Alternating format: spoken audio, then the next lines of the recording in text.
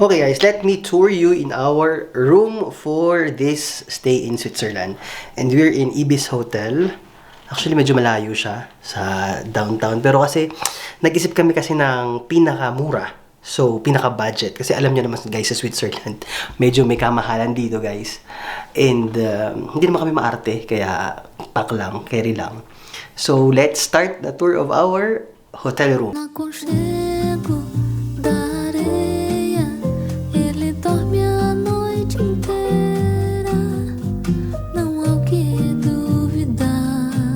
This is ano ba tawag dito? Parang we have 3 beds eh. Pero wait.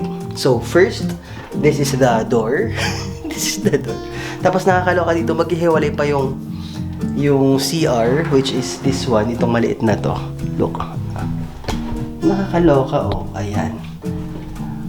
So walang bintana, no. Anyway, so ayan yung trono. So, wala pala tayo ditong bide. Kung paano tayong pag walang bide. So, tissue tayo, guys. Tissue tayo. So, ayan nga. And at least, they have meron na agad tayo ditong lababo. Diba? So, ito na. Actually, parang the room is separated by just this curtain na ito buong banyo na to. Buong banyo na to. Tapos naka-separate lang to with the curtain. Ganyan.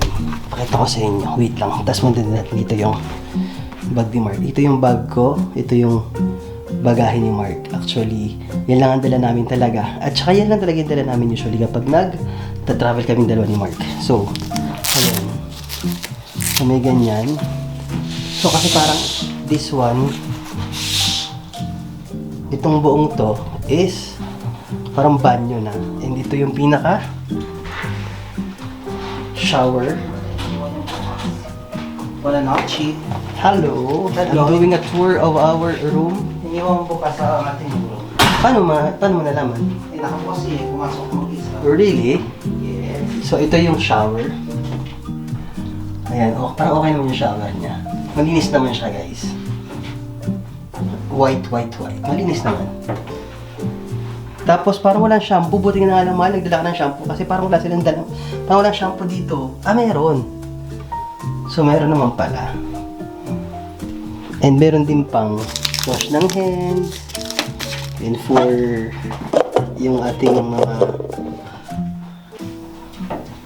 paper cups for drinking na din.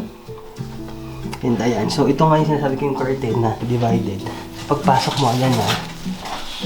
Ito yung room. So we have a TV. Meron tayong TV ito. Meron tayong TV. Meron din tayong corner dito na pwede tayong mag-laptop and all. So bumili si Mark ng tubig dahil wala tayong iinumin. At least magaganda naman yung mga lampshades. Tapos 3 beds sila guys, 3 beds, 1, tapos 2 beds pala, ano ba yan? Pero for 3 people, kasi isa, tapos pwede dito, dalawa dito. So, medyo may space naman. Hindi naman siya ganun kaliit.